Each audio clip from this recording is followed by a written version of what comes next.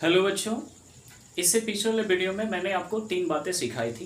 पहली बात ये सिखाया था कि किसी भी केमिकल इक्वेशन से आपको क्या इन्फॉर्मेशन मिलता है। दूसरी बात ये सिखाई थी कि किसी भी केमिकल इक्वेशन से क्या इन्फॉर्मेशन नहीं मिलता है। और तीसरी बात हमने ये सिखाई थी कि किसी भी केमिकल इक्वेशन को हम लोग कैसे ज़्यादा इन्फॉर्मेटिव बना सकते हैं। नहीं, आज की इस वीडियो में मैं आपको 2 बातें सिखाऊंगा। पहली बात ये सिखाऊंगा कि किसी भी केमिकल रिएक्शंस के, ठीक है ना, करैक्टरिस्टिक्स क्या होते हैं, और साथ ही साथ टाइप्स ऑफ केमिकल रिएक्शन के बारे में। आई मीन किसी भी केमिकल रिएक्शन को हम लोग कैसे आइडेंटिफाई करेंगे या फिर कैसे डिटरमाइन करेंगे कि वहाँ पे केमिकल रिएक्शन हुआ, और साथ ही साथ कितने तरह के केमिकल रिएक्शंस होते हैं आपके सिलेबस के हिसाब से। ठीक है, तो चलिए पहले टॉपिक को हम लोग शुरू करते हैं, करैक्टरिस्टिक्स ऑफ केमिकल रिएक्शंस। ठीक है ना, आई मीन हम लोग कैसे डिटरमाइन करेंगे कि केमिकल रिएक्शंस हुआ। यहाँ पे मैं कुछ ऑब्जर्वेशन लिख रहा हूं। जैसे पहला ऑब्जर्वेशन होगा आपका चेंज इन स्टेट। क्या होगा? Change in state. दूसरा जो होगा वो होगा आपका इवोल्यूशन ऑफ गैस। क्या होगा? Evolution of gas. तीसरी जो बात हो सकती है वो हो सकती है आपकी चेंज इन कलर। ठीक है। चौथा जो हो सकता है वो हो सकता है change in temperature. Change in temperature. और जो पांचवा बात है वो हो सकता है फॉर्मेशन ऑफ प्रेसिपिटेट। ठीक है, ये 5 हमने कैरेक्टरिस्टिक्स लिखा जिसकी वजह से हम लोग ये डिटरमाइन कर सकते हैं कि वहां पे केमिकल रिएक्शन हुआ होगा। पहला हमने लिखा चेंज इन स्टेट, दूसरा लिखा इवोल्यूशन ऑफ गैस, तीसरा लिखा चेंज इन कलर, चौथा लिखा चेंज इन टेम्परेचर, और पांचवा लिखा आपका फॉर्मेशन ऑफ प्रेसिपिटेट। ओके, ठीक है। अब यहाँ पे मैं एक एक कैरेक्टरिस्टिक को एग्जांपल के थ्रू समझाने की कोशिश करूंगा। ठीक है, पहला जो है आपका वो है आपका चेंज इन स्टेट। पहला क्या है आपका? Change in state. ठीक है, यानी कुछ केमिकल रिएक्शन जो होते हैं, ठीक है, कैरेक्टराइज्ड होते हैं किसके द्वारा? चेंज इन स्टेट के द्वारा। ठीक है, इसको समझेंगे। एक बात ध्यान रखिएगा कि हर एक केमिकल रिएक्शन, ठीक है ना, जरूरी नहीं कि जहां पे अगर स्टेट चेंज हो रहा हो तो वो क्या हो, केमिकल रिएक्शन ही हो, क्योंकि फिजिकल चेंज में भी क्या होता है, स्टेट चेंज करता है। जैसे कि आपका आइस किस में कन्वर्ट हो जाता है? वाटर में। यानी सॉलिड से किस में कन्वर्ट हो गया? लिक्विड में। तो वो तो केमिकल रिएक्शन नहीं है, वो तो फिजिकल चेंज है। ठीक है, तो इस बात को ध्यान में रखेंगे कि हर एक जगह मान लीजिए कि अगर चेंज इन स्टेट हो रहा है तो जरूरी नहीं है कि वो केमिकल रिएक्शन ही हो। ठीक है, इज इट क्लियर? तो चेंज इन अगर स्टेट की बात करें, इसको एग्जांपल के तरीके से समझाने की कोशिश करें। जैसे एग्जांपल के तौर पे हमने लिया हाइड्रोजन, चूंकि ये क्या है आपका? गैस है। ऑक्सीजन ले लिया, चूंकि ये भी क्या है? गैस है। ये दोनों कंबाइन होके क्या बनाया आपको? वाटर बनाया, चूंकि ये क्या है आपका? लिक्विड है। ओके, इसके लिए कंडीशन की रिक्वायरमेंट होती है, और वो कंडीशन क्या है जी? इलेक्ट्रिसिटी। यहाँ पे एनर्जी इन्वॉल्व होती है in the form of electricity. ठीक है, तो यहाँ पे बस उतना ध्यान रखिए कि यहाँ पे ये गैस है, यहाँ पे गैस, और क्या बना जी आपका? लिक्विड बन गया। ठीक है, एक और एग्जांपल लेते हैं। जैसे एग्जांपल के लिए लेते हैं मैग्नीशियम। मैग्नीशियम चूंकि आपका सॉलिड है क्योंकि वो मेटल है, और ये भी ध्यान रखिएगा कि हर एक मेटल आपके सॉलिड नहीं होते। जैसे एग्जांपल के लिए आपका मर्क्यूरी रूम टेम्परेचर पे क्या है जी? लिक्विड है। यहाँ पे मैग्नीशियम ले लिया हमने, मैग्नीशियम को रिएक्शन करा किसके साथ? ऑक्सीजन के साथ। ऑक्सीजन चूंकि क्या है? गैस है। ठीक है, और यहाँ पे क्या बना? Magnesium oxide. ठीक है, दरअसल ये व्हाइट पाउडर होता है। क्या होता है? व्हाइट पाउडर होता है। यहाँ पे दरअसल मैं मैग्नीशियम को ऑक्सीजन के प्रेजेंस में बर्न कराने की कोशिश कर रहा हूँ। ठीक है ना, तो जब भी मैग्नीशियम ऑक्सीजन के प्रेजेंस में क्या करता है? बर्न करता है, तो मैग्नीशियम ऑक्साइड का एक व्हाइट पाउडर फॉर्म करता है। साथ ही साथ यहाँ पे डेजलिंग फ्लेम भी मिलता है हमको। डेजलिंग फ्लेम मिलने का मतलब हम यहाँ पे समझ सकते हैं कि यहाँ पे एनर्जी रिलीज हो रही है, चाहे वो हीट के फॉर्म में हो चाहे वो लाइट के फॉर्म में हो। अगर एनर्जी रिलीज होगी तो ये जो रिएक्शन होगा आपका क्या होगा? Exothermic reaction. यानी बर्निंग ऑफ मैग्नीशियम जो होगा इन ऑक्सीजन, वो एक तरह का कैसा रिएक्शन है आपका? Exothermic reaction. यहाँ पे मैं लिख देना चाहूंगा ये कैसा रिएक्शन है आपका? एक्सोथर्मिक रिएक्शन है। Okay, is it clear? ठीक है, तो यहाँ पे ध्यान दें कि ये सॉलिड है और ये गैस है, और यहाँ पे किस में कन्वर्ट हो गया? पाउडर के फॉर्म में कन्वर्ट हो गया। तो यहाँ भी क्या हुआ आपका? स्टेट क्या कर गया आपका? चेंज कर गया। ठीक है, ओके। एक और अब आप ध्यान रखिएगा कि मैग्नीशियम को ऑक्सीजन में बर्न कराने से पहले उसको सैंड पेपर से क्या किया जाता है? रब किया जाता है। ठीक है, सैंड पेपर से क्या किया जाता है? रब किया जाता है। रीजन ये पूछा जाता है कि क्यों भाई ऐसा क्यों? आपको पता होना चाहिए कि ये जो मैग्नीशियम है वो क्या है, हाईली रिएक्टिव मेटल है, यानी रिएक्टिव मेटल है। रिएक्टिव मेटल होने की वजह से ये सराउंडिंग में प्रेजेंस ऑक्सीजन की प्रेजेंस की वजह से, साथ ही साथ वाटर वेपर की प्रेजेंस की वजह से, और साथ ही साथ कार्बन डाइऑक्साइड की प्रेजेंस की वजह से ये अपने ऊपर एक प्रोटेक्टिव लेयर बना लेता है। और किसका प्रोटेक्टिव लेयर बना लेता है? बेसिक मैग्नीशियम कार्बोनेट का। किसका बना लेता है? बेसिक मैग्नीशियम कार्बोनेट का। इसका नाम है बेसिक हाइड्रोक्साइड की वजह से, और ये रहा आपका magnesium carbonate, basic magnesium carbonate. ठीक है, इसका लेयर डिपॉजिट कर लेता है। जैसे ही इसका लेयर डिपॉजिट हो जाएगा तो वो ऑक्सीजन से आसानी से कंबाइन नहीं हो पाता है। तो ऑक्सीजन से आसानी से कंबाइन हो पाए, ठीक है, ताकि मैग्नीशियम ऑक्सीजन के प्रेजेंस में आसानी से कंबशन रिएक्शन को शो करे, इसीलिए हम लोग क्या करते हैं कि इस मैग्नीशियम को हम लोग सैंड पेपर से क्या करते हैं, रब करते हैं, ताकि ये बेसिक मैग्नीशियम कार्बोनेट की लेयर जो हो क्या हो जाए, रिमूव हो जाए, और मैग्नीशियम आसानी से ऑक्सीजन के साथ क्या हो सके, कंबाइन हो सके। ठीक है, तो यहाँ पे मैंने आपको समझाया चेंज इन स्टेट। ठीक है, दूसरी बात मैं समझाने की कोशिश कर रहा हूँ, इवोल्यूशन ऑफ गैस। दूसरी बात मैं समझाने की कोशिश कर रहा हूँ, इवोल्यूशन ऑफ गैस। कुछ जो केमिकल रिएक्शंस होते हैं वो कैरेक्टराइज्ड होते हैं किसके द्वारा? इवोल्यूशन ऑफ गैस के द्वारा। जैसे एग्जांपल के लिए अगर मैं यहाँ पे ले लूँ जिंक, क्या ले लूँ? जिंक जो कि क्या है, सॉलिड है, और मैं इसको HCl, यहाँ पे हाइड्रोक्लोरिक एसिड है, ये क्या है, हाइड्रोक्लोरिक एसिड। ठीक है, जो कि यहाँ पे क्या है, ये डाइल्यूट है। ठीक है ना, यहाँ पे जिंक क्या है आपका, सॉलिड, ये HCl जो है वो क्या है आपका, डाइल्यूट है। जैसे ही हम जिंक को HCl यानी डाइल्यूट हाइड्रोक्लोरिक एसिड में अगर डालेंगे तो यहाँ पे बनेगा आपका ZnCl2, और यहाँ पे कौन सी गैस रिलीज होगी आपकी, हाइड्रोजन गैस रिलीज होगी। ठीक है, यहाँ पे कौन सी गैस रिलीज होगी, हाइड्रोजन गैस रिलीज होगी। अब कुछ लोगों के मन में सवाल आता है कि ये हाइड्रोजन गैस को हम लोग कैसे आइडेंटिफाई करेंगे। ठीक है, या फिर क्वेश्चन भी पूछ दिया जाता है कि जो गैस इवॉल्व हो रही है उसको आप कैसे आइडेंटिफाई करेंगे कि वो हाइड्रोजन गैस है। ठीक है, तो यानी यहाँ पे मैं आपको समझाना चाहूंगा टेस्ट फॉर हाइड्रोजन।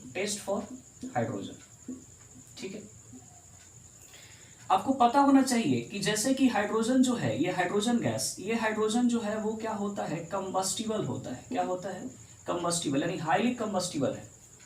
ठीक है, तो ये हाइड्रोजन क्या करता है जी, जलता है, बर्न करता है। ठीक है ना, हाइड्रोजन यहाँ पे क्या है, कंबस्टिबल है। तो यहाँ पे जहां पे गैस इवॉल्व हो रही है, यहाँ पे क्या करेंगे, ब्रिंग नियर बर्निंग स्प्लिंटर। ठीक है, बर्निंग स्प्लिंटर को लाएंगे।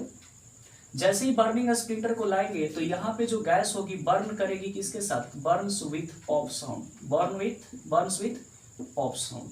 अगर कोई भी गैस अगर पॉप साउंड के साथ बर्न कर रही है तो हम सीधा समझ जाएंगे कि वहां पे कौन सी गैस रिलीज हो रही है, आपकी हाइड्रोजन गैस रिलीज हो रही है। ओके, कुछ और एग्जांपल ले ले। अगर मान लेते हैं कि यहाँ पे कैल्शियम कार्बोनेट है, क्या है, कैल्शियम कार्बोनेट को हमने हीट किया तो यहाँ पे बना आपका कैल्शियम ऑक्साइड, और यहाँ पे कौन सी गैस रिलीज होगी, कार्बन डाइऑक्साइड गैस रिलीज होगी। ठीक है, क्या होगी, कार्बन डाइऑक्साइड गैस रिलीज होगी। तो यहाँ पे हम ये कैसे आइडेंटिफाई करेंगे कि यहाँ पे जो कुछ भी आपका रिलीज हुआ गैस, वो गैस आपका कार्बन डाइऑक्साइड है।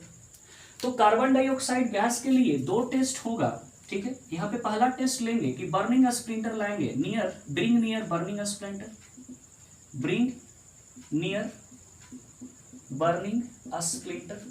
जैसे ही बर्निंग स्प्लिंटर लाएंगे, कार्बन डाइऑक्साइड जो होता है वो कंबशन का क्या होता है, ऑब्स्टेकल होता है, और जो भी कंबस्टिबल सब्सटेंस होगा उसको क्या करेगा, एक्सटिंग्विश कर देगा। क्या कर देगा, एक्सटिंग्विश कर देगा। ठीक है, तो ब्रिंग नियर बर्निंग स्प्लिंटर, यहाँ पे स्प्लिंटर क्या हो जाएगा, एक्सटिंग्विश हो जाएगा। Is it clear? पहला टेस्ट हो गया। दूसरा टेस्ट क्या है, कहने का मतलब बुझ जाएगा। ठीक है ना, दूसरा टेस्ट क्या है, इस CO2 को हम लोग स्लैक लाइन, ठीक है, स्लैक लाइन में डालेंगे। स्लैक लाइन कहने का मतलब कि कैल्शियम हाइड्रोक्साइड में डालेंगे। जैसे ही कैल्शियम हाइड्रोक्साइड में डालेंगे तो यहाँ पे बनता है कैल्शियम कार्बोनेट, और ये आपका वाटर तो रहेगा ही रहेगा। ये कैल्शियम कार्बोनेट के फॉर्मेशन की वजह से जैसे ही हम लोग स्लेक्ट लाइन में कार्बन डाइऑक्साइड डालते हैं तो किसका फॉर्मेशन होगा, कैल्शियम कार्बोनेट का फॉर्मेशन होगा। और ये कैल्शियम कार्बोनेट क्या होता है, मिल्की कलर का होता है, आई मीन व्हाइट कलर का होता है। किस कलर का होता है, व्हाइट कलर का होता है। तो जैसे ही आप स्लेक्ट लाइन में, ठीक है ना, कार्बन डाइऑक्साइड यानी जो ये गैस रिलीज हो रही है उस गैस को डालेंगे तो उसका जो कलर हो जाएगा वो क्या हो जाएगा, मिल्की हो जाएगा। अगर टर्न्स टू मिल्की, अगर slaked lime turns to milky तो समझ जाएंगे कि ये जो गैस है, यानी जो यहाँ पे गैस इवॉल्व हो रही है वो गैस कौन सी है, आपकी कार्बन डाइऑक्साइड गैस है।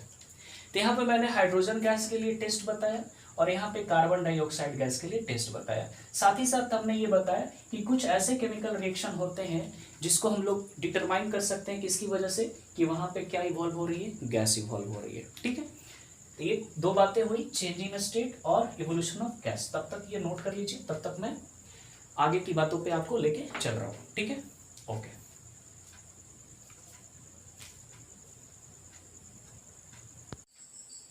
अब मैं आपको आगे की बातों पे लेके चल रहा हूँ। ठीक है, नेक्स्ट है हमारा, वो है चेंज इन कलर। क्या है, चेंज इन कलर, यानी कुछ ऐसे केमिकल रिएक्शन होते हैं जो कैरेक्टराइज होते हैं किसके द्वारा, चेंज इन कलर के द्वारा। आई मीन अगर कलर चेंज होते हुए हम देखेंगे तो ये समझ जाएंगे कि वहां पे क्या हुआ है, केमिकल रिएक्शन हुआ है। इसको समझाने के लिए मैं एक एग्जांपल ले रहा हूँ। जैसे मान लेते हैं कि ये आयरन है, ये चूंकि सॉलिड है, और यहाँ पे हम ले लेते हैं कॉपर सल्फेट, वो भी किसमें जी, एक्वस सोल्यूशन में। ठीक है, ये रिएक्शन आपको भी पता होगा क्या होगा। यहाँ पे जो आयरन है कॉपर से ज्यादा रिएक्टिव होने की वजह से इस कॉपर को क्या कर देगा, डिस्प्लेस कर देगा। तो यहाँ पे फॉर्म होगा FeSO4, वो भी किसमें, एक्वस सोल्यूशन में। ठीक है, अब पूछेंगे एक्वस सोल्यूशन क्या होता है। देखिए, सोल्यूशन जब प्रिपेयर किया जाएगा वाटर में तो उसको हम लोग एक्वस सोल्यूशन कहते हैं, और वाटर के अलावा कोई और चीज होगा तो उसको हम लोग कहते हैं नॉन एक्वस सोल्यूशन। ठीक है, तो यहाँ पे FeSO4 बना और यहाँ पे क्या हो जाएगा, कॉपर डिस्प्लेस हो जाएगा। चूंकि ये सॉलिड है तो हमने A से लिख लिया। ठीक है, अब आपको पता है कि कॉपर सल्फेट का जो एक्वस सॉल्यूशन होता है वो कैसे, किस कलर का होता है जी, ब्लू कलर का होता है, और ये किस में कन्वर्ट हो जाता है, ग्रीन में कन्वर्ट हो जाता है। तो ब्लू से क्या हो गया, आपका ग्रीन हो गया। तो बेशक यहाँ पे कलर क्या हो गया जी, चेंज हो गया, और इसको क्या समझेंगे कि यहाँ पे क्या हुई, केमिकल रिएक्शन हुआ होगा। ठीक है, एक और एग्जांपल ले लेते हैं। जैसे कि एग्जांपल के तौर पे हम ले लेते हैं कि lead nitrate, is it clear, lead nitrate, और साथ ही साथ हम ले लेते हैं पोटेशियम आयोडाइड। ध्यान रहे ये भी एक्वस सॉल्यूशन, और यहाँ पे ये भी क्या है आपका एक्वस सॉल्यूशन में, और ये फॉर्म करेगा क्या जी, PbI2, और साथ ही साथ क्या फॉर्म करेगा, KNO3, पोटेशियम नाइट्रेट। ठीक है, यहाँ पे ये है आपका लीड नाइट्रेट, ये है आपका पोटेशियम आयोडाइड, पोटेशियम आयोडाइड, ये है आपका लीड आयोडाइड। ठीक है, और ये है आपका पोटेशियम नाइट्रेट। क्या है, potassium nitrate. Is it clear, ये आपका एक्वस सॉल्यूशन में ही रह जाएगा। और यहाँ पे ये सॉलिड हुआ है, ठीक है ना, क्या है, सॉलिड है। दरअसल इसको प्रिसिपिटेट कहते हैं, हम लोग आगे जाके पढ़ेंगे। खैर हमको वो नहीं समझाना है, हमको तो ये समझाना है कि यहाँ पे लीड नाइट्रेट भी क्या होता है, कलरलेस होता है। क्या होता है, कलरलेस। यहाँ पे पोटेशियम आयोडाइड भी क्या होती है, आपकी कलरलेस होती है। लेकिन यहाँ पे लेड आयोडाइड नाम का येलो सब्सटेंस का फॉर्मेशन होता है जो कि सॉलिड इनसॉल्युबल होता है। और सॉलिड इनसॉल्युबल सब्सटेंस का जब फॉर्मेशन होता है तो इसी इनसॉल्युबल सॉलिड सब्सटेंस को अपन प्रिसिपिटेट के नाम से जानते हैं। हम लोग आगे पढ़ेंगे इसके बारे में। ठीक है, तो यहाँ पे बस आप ये ध्यान दीजिए कि दो कलरलेस चीज को मिला है तो यहाँ पे येलो कलर का फॉर्मेशन हुआ। ठीक है, जब येलो कलर फॉर्म हुआ यहाँ पे तो बेशक यहाँ पे केमिकल रिएक्शन हुई होगी। ठीक है, आई होप कि ये बात आपको समझ में आई होगी। एक और बात, नेक्स्ट बात पे लेके चल रहा हूँ। नेक्स्ट बात जो है वो है आपका change in temperature, change in temperature. Is it clear, तो चेंज इन टेम्परेचर की अगर बात कर रहे हैं तो ये टेम्परेचर दो तरीके से चेंज हो सकता है। या तो सराउंडिंग की जो टेम्परेचर है, सराउंडिंग की जो टेम्परेचर होगी वो क्या हो सकती है, आपकी फॉल डाउन हो सकती है, या फिर सराउंडिंग की टेम्परेचर जो होगी वो क्या हो सकती है, वो बढ़ सकती है। ठीक है, सराउंडिंग का टेम्परेचर या तो बढ़ जाएगा या फिर सराउंडिंग का टेम्परेचर क्या होगा, घट जाएगा। ठीक है, जैसे मैं एग्जांपल के तौर पे समझाने की कोशिश कर रहा हूँ। जैसे एग्जांपल के लिए मान लेते हैं कि यहाँ पे हमने ले लिया क्विक लाइम। क्या ले लिया, quick lime. Is it clear, quick lime ले लिया। क्विक लाइम के साथ हमने क्या ऐड कर दिया, पानी ऐड, पानी में क्विक लाइम ऐड कर दिया। ठीक है, ये पानी कंटेनर में ले लिए, किसी कंटेनर में पानी लिक्विड है, उसमें हमने क्या डाल दिया, कैल्शियम ऑक्साइड, बोले तो क्विक लाइम। ये आपका क्या रहा, वाटर। जैसे ही वाटर में हम क्विकलाइम ऐड करते हैं तो यहाँ पे फॉर्मेशन तो होता है कैल्शियम हाइड्रोक्साइड का, जिसको हम लोग बोलते हैं स्लैक लाइम। क्या बोलते हैं? Slack lime. इसको बोलते हैं जी कैल्शियम ऑक्साइड, इसको तो वाटर बोलते ही हैं, और इसको बोलते हैं स्लैक लाइम, या फिर इसी को बोलते हैं कैल्शियम हाइड्रोक्साइड। क्या बोलते हैं? Calcium hydroxide. और यहाँ पे ट्रिमेंडस अमाउंट में क्या रिलीज होती है? हीट रिलीज होती है, ठीक है ना। काफी ज्यादा मात्रा में क्या होता है? हीट रिलीज होता है। तो हीट रिलीज होता है मतलब सराउंडिंग का जो टेम्परेचर होता है वो क्या होता है? राइज होता है। जिस कंटेनर में आप पानी लेके इस कैल्शियम ऑक्साइड को डाल रहे हैं, उस कंटेनर को अगर आप छुएंगे तो कंटेनर काफी क्या हो जाता है? गर्म हो जाता है, हीट हो जाता है। यानी कहने का मतलब सराउंडिंग का टेम्परेचर क्या हो गया जी? बढ़ गया। और सराउंडिंग का टेम्परेचर बढ़ने का मतलब है कि यहाँ पे हीट क्या हुई है? आपकी रिलीज हुई है। तो बेशक ये किस कैटेगरी में आएगा? एक्सोथर्मिक की कैटेगरी में आएगा। Is it clear? Sometime कभी कभी ये भी होता है कि सराउंडिंग की टेम्परेचर क्या कर जाती है? फॉल कर जाती है। इसके एग्जांपल के लिए मैं लेना चाहूंगा, जैसे हमने बेरियम हाइड्रोक्साइड ले लिया, बेरियम हाइड्रोक्साइड को अमोनियम क्लोराइड के सॉल्यूशन में क्या कर दिया? मिला दिया। जब इन दोनों को मिक्स करेंगे, जिस कंटेनर में भी मिक्स करेंगे, मान लीजिए इस कंटेनर में हमने मिक्स किया, इस कंटेनर को अगर आप टच करेंगे तो टच करने पे आपको क्या फील होगा? कूल फील होगा, ठीक है। ये ठंडा होगा। ये ठंडा होना कहने का मतलब ये है कि सराउंडिंग की टेम्परेचर क्या हो गई? फॉल डाउन हो गई। यहाँ पे टेम्परेचर क्या हो गया आपका? इस सिचुएशन में आपका टेम्परेचर क्या हो गया? फॉल डाउन हो गया। टेम्परेचर का फॉल डाउन होना कहने का मतलब यहाँ पे जो हीट है वो क्या हो गई? एब्जॉर्ब हो गई। और हीट एब्जॉर्ब हो गई यानी कहने का मतलब ये जो कैटेगरी होगी आपकी किस कैटेगरी की होगी? एंडोथर्मिक कैटेगरी की होगी, ठीक है। क्या होगी? Endothermic category. मैं बाद में आपको एंडोथर्मिक और एक्सोथर्मिक समझाऊंगा बहुत बढ़िया से, ठीक है। Is it clear? फिलहाल चेंज इन टेम्परेचर आप समझ गए होंगे। एक और आपका है जिसको हम लोग लिखे थे फॉर्मेशन ऑफ प्रिसिपिटेट। क्या लिखा था हमने? Formation of precipitate. Is it clear? तो कुछ ऐसे केमिकल रिएक्शन होते हैं जो करेक्टराइज होते हैं किसके द्वारा? फॉर्मेशन ऑफ प्रिसिपिटेट के द्वारा। आई मीन वहां पे अगर प्रिसिपिटेट फॉर्म हो रहा है तो अपन ये समझेंगे कि वहां पे केमिकल रिएक्शन ऑकर हुई है या फिर केमिकल रिएक्शन टेक्स प्लेस हुआ है, ठीक है। तो इसको एग्जांपल को समझाने के लिए मैं एग्जांपल ले रहा हूं। तो देखो, सबसे पहले तो मन में ये सवाल आ रहा होगा कि ये प्रिसिपिटेट क्या है, ठीक है। मैं यहीं पे क्लियर कर देना चाहूंगा कि प्रिसिपिटेट एक तरह का सॉलिड इनसॉल्युबल सब्सटेंस होता है जो कि किसी भी केमिकल रिएक्शन के दौरान फॉर्म होता है जब हम दो कलरलेस सॉल्यूशन को आपस में क्या करते हैं? कंबाइन कराते हैं, ठीक है। बाद में हम लोग प्रिसिपिटेशन रिएक्शन में इसको समझेंगे, ठीक है। फिलहाल इतना ही। जैसे मान लीजिए एग्जांपल के तौर पे हम ले लेते हैं यहाँ पे, जैसे कि ले लिया हमने सिल्वर नाइट्रेट। क्या ले लिया? Silver nitrate. और यहाँ पे हम ले लिया सोडियम क्लोराइड। ध्यान रहे ये भी क्या है आपका? एक्वस सॉल्यूशन में, और ये भी क्या है आपका? एक्वस सॉल्यूशन में। तो यहाँ पे बनेगा आपका AgCl। क्या बनेगा? AgCl। और यहाँ पे बनेगा आपका NaNO3 sodium nitrate. Sodium nitrate चूंकि ये भी क्या होगा? एक्वस सॉल्यूशन है। और यही आपकी सॉलिड सब्सटेंस का फॉर्मेशन होता है। ये आपका व्हाइट पीपीटी होता है। दरअसल कैसा पीपीटी होता है? व्हाइट प्रिसिपिटेट होता है। डाउनवर्ड एरो दिखाने का मतलब ये है मेरा कि यहाँ पे कोई चीज फॉर्म हुई है जो कि सॉलिड है और नीचे क्या होगी? आपकी डिपोजिट होगी। Is it clear? ये AgNO3 ये भी क्या होता है आपका? कलरलेस होता है। क्या होता है? कलरलेस। ये भी क्या है आपका? कलरलेस है। Is it clear? लेकिन यहाँ पे AgCl जो फॉर्म हुआ वो किस कलर का है जी? व्हाइट कलर का है। और ये सॉलिड है, इसीलिए हमने यहाँ पे क्या लिखा है? व्हाइट पीपीटी, ठीक है। और ये सोडियम नाइट्रेट आपके एक्वस सॉल्यूशन में क्या हो जाएगा? रह जाएगा, ठीक है। एक और नेक्स्ट ले लेते हैं। जैसे एग्जांपल के तौर पे हम ले लेते हैं, जैसे यहाँ पे ले लिया हमने बेरियम क्लोराइड। क्या ले लिया? Barium chloride. और यहाँ पे हमने ले लिया सोडियम सल्फेट। क्या ले लिया? Sodium sulphate. ये दोनों के दोनों आपके कलरलेस सॉल्यूशन है। ये दोनों के दोनों आपके क्या है? कलरलेस सॉल्यूशन है। लेकिन यहाँ पे बनेगा बेरियम सल्फेट और साथ ही साथ बनेगा NaCl। ध्यान रहे कि ये भी क्या है आपका? एक्वस। ये भी क्या है? एक्वस। ये भी आपका क्या होगा? एक्वस ही होगा। लेकिन यहाँ पे बेरियम सल्फेट की व्हाइट पीपीटी फॉर्म होती है। क्या होती है? White PPT. इसलिए हमने यहाँ पे डाउनवर्ड एरो दिखा दिया, ठीक है। बेरियम सल्फेट का क्या बनेगा आपका? व्हाइट पीपीटी बनता है। नाम मैं फिर से बोल रहा हूँ, barium chloride, sodium sulphate, barium sulphate और ये सोडियम क्लोराइड, ठीक है। Is it clear? यानी कुछ केमिकल रिएक्शन वैसे होते हैं जो कैसे आइडेंटिफाई और डिटरमाइन किए जाएंगे? अगर वहाँ पे फॉर्मेशन ऑफ प्रेसिपिटेट हो रहा है तो हम समझेंगे कि वो क्या वहाँ पे क्या टेक प्लेस कर रहा है जी? केमिकल रिएक्शन टेक प्लेस कर रहा है। आई थिंक यहाँ तक बातें क्लियर होगी। तो हमने कैरेक्टरिस्टिक देखी किसकी, केमिकल रिएक्शन की। पहली कैरेक्टरिस्टिक क्या थी, चेंज इन स्टेट, दूसरा इवोल्यूशन ऑफ गैस, तीसरा चेंज इन कलर, चौथा चेंज इन टेम्परेचर, और पांचवा फॉर्मेशन ऑफ प्रेसिपिटेट।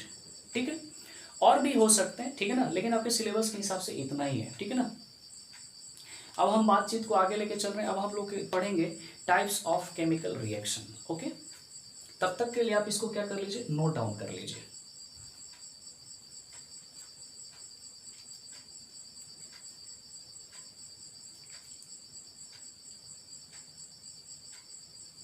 चलिए चलते हैं। ठीक है, वीडियो को एक बार रोक करके आप नोट डाउन कर लेंगे बढ़िया से। ठीक है, मैं चल रहा हूं आगे।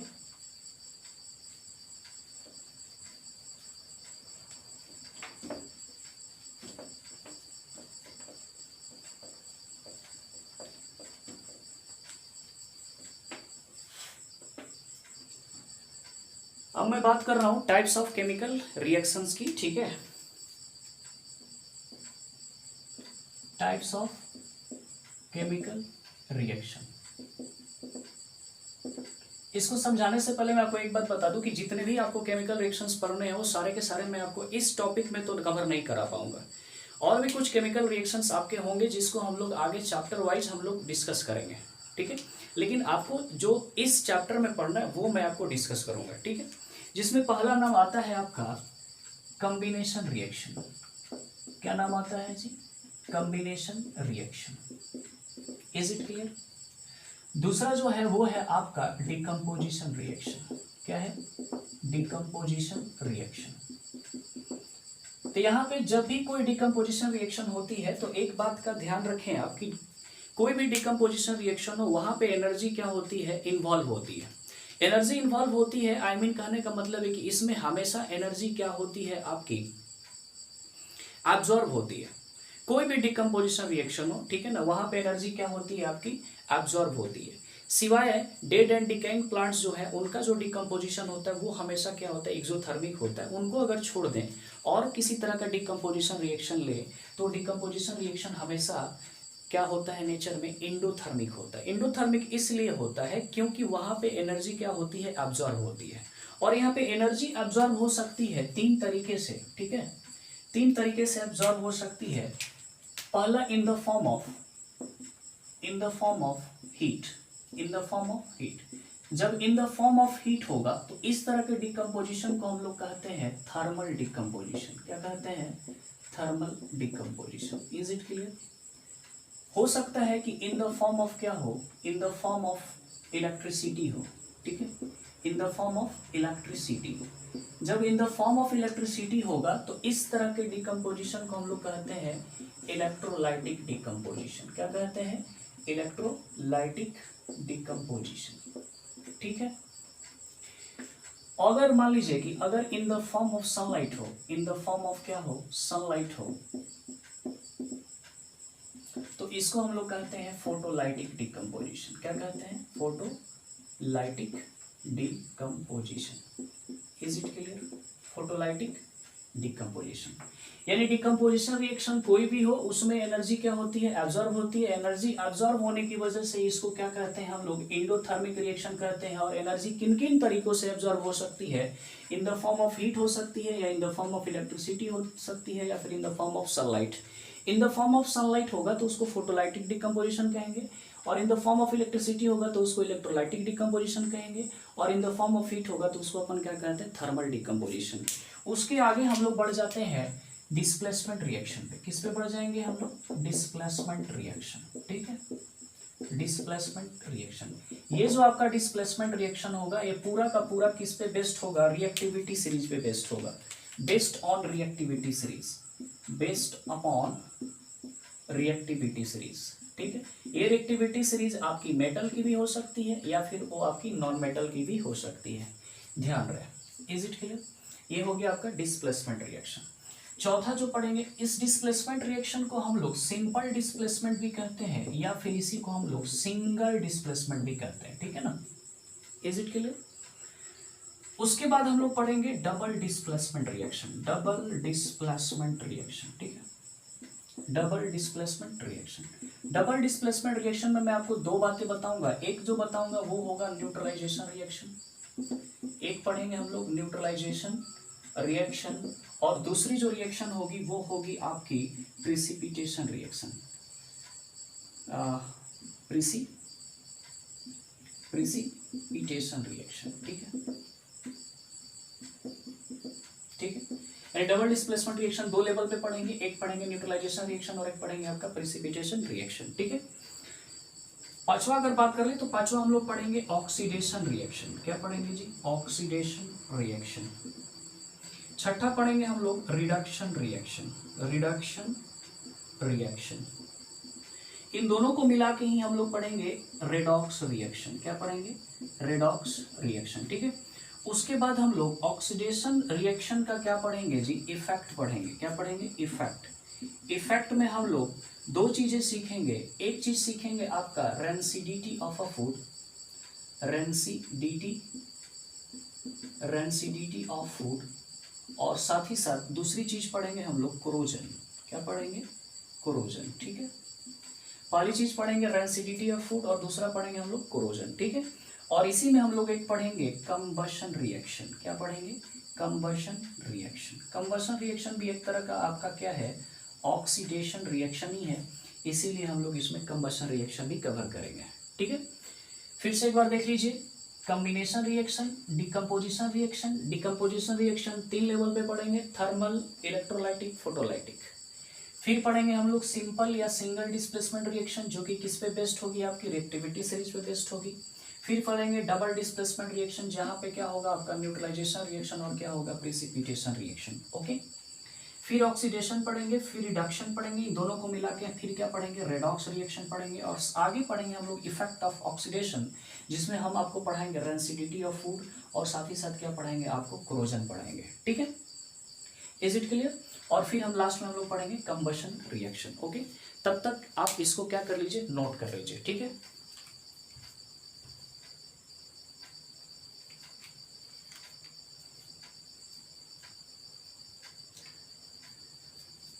वीडियो को एक बार रोक करके जरूर नोट कर लें। ठीक है। अब मैं आगे चल रहा हूं। आज केवल हम पढ़ेंगे कॉम्बिनेशन रिएक्शन। ठीक है, कॉम्बिनेशन रिएक्शन। क्योंकि सारे केमिकल रिएक्शन पढ़ने लगे तो काफी लंबा समय लग जाएगा और वीडियो काफी क्या हो जाएगी? लंबी हो जाएगी। ठीक है। तो आज हम लोग सिर्फ पढ़ेंगे combination reaction.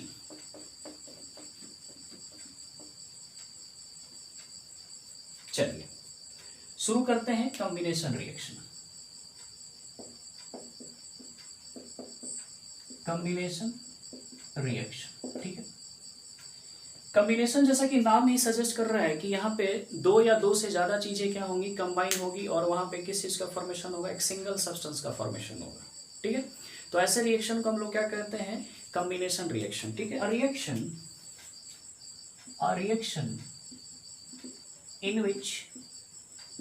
in which two or more than two substances combined together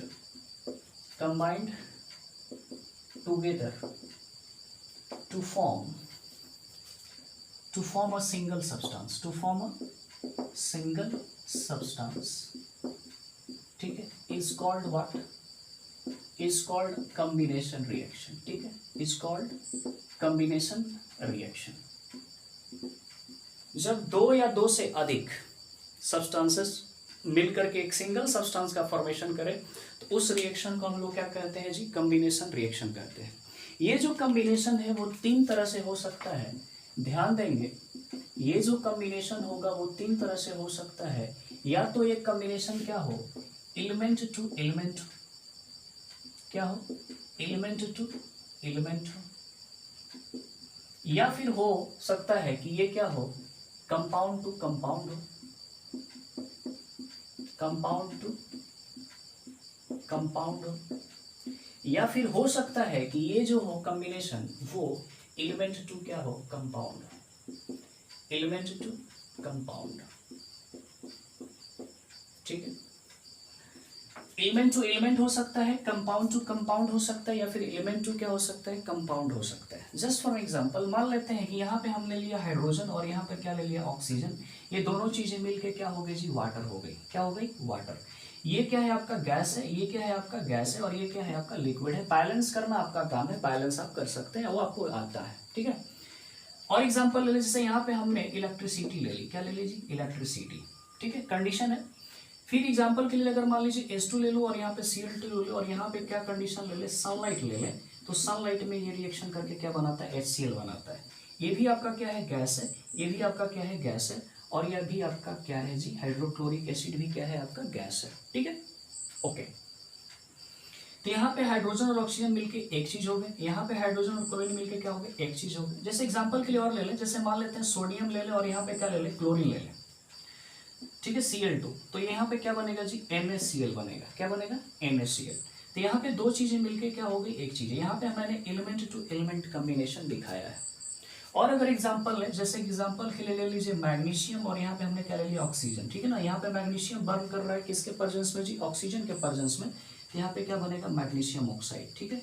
मैं आपसे पूछूं कि ये किस तरह का रिएक्शन है, तो पहला चीज की कॉम्बिनेशन रिएक्शन है। दूसरा चीज कि ये क्या एक्सोथर्मिक है, तो बेशक एक्सोथर्मिक है, क्योंकि यहाँ पे हीट एंड लाइट एनर्जी क्या होती है, इवॉल्व होती है।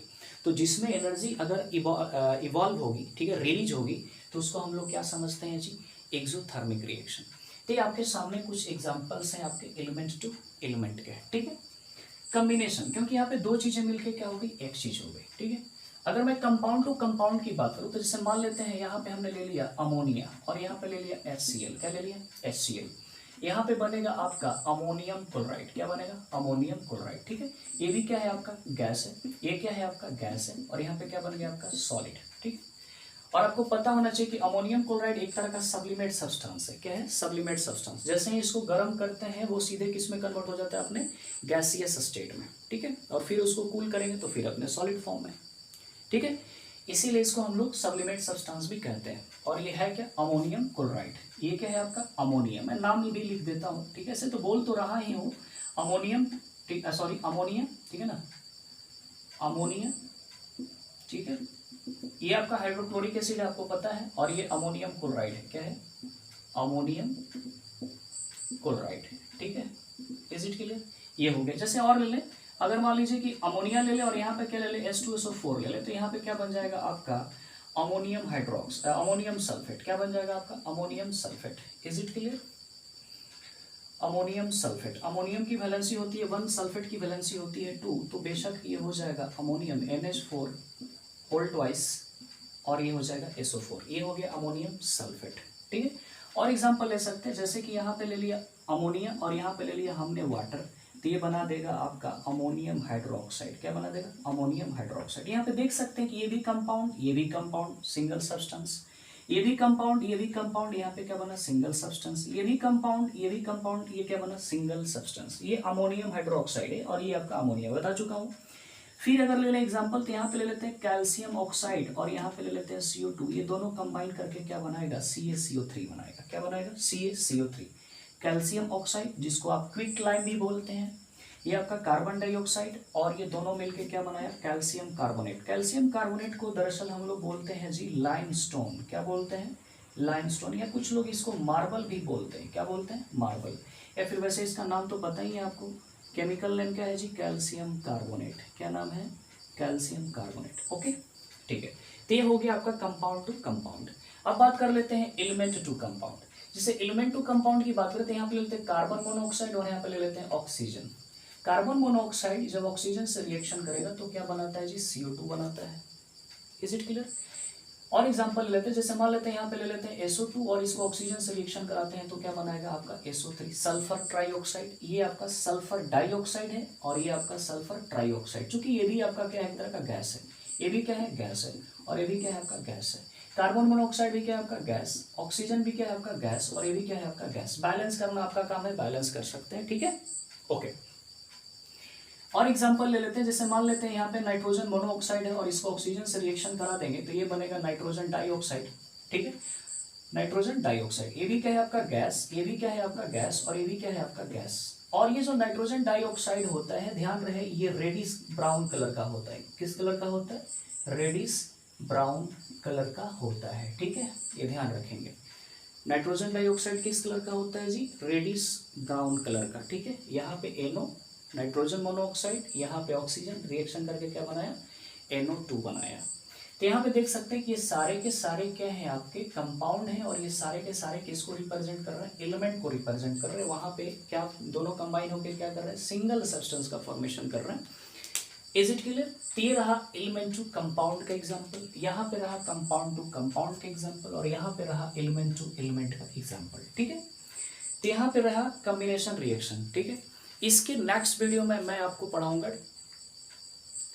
डिकम्पोजिशन रिएक्शन, और भी आगे के जो रिएक्शन होंगे, ठीक है, टाइम के हिसाब से मैं आपको पढ़ाऊंगा, ठीक है। आज के लिए इतना ही, ठीक है। आपसे अब हम मिलेंगे नेक्स्ट वीडियो में, ठीक है। तब तक मेरे साथ बने रहने के लिए आपका बहुत बहुत शुक्रिया, थैंक यू सो मच। अगर आपको वीडियो अच्छी लग रही हो, ठीक है ना, या फिर आप पसंद कर रहे हैं, तो बेशक आप कमेंट बॉक्स में ज़रूर डाला कीजिए, ठीक है, फीडबैक ज़रूर दीजिए।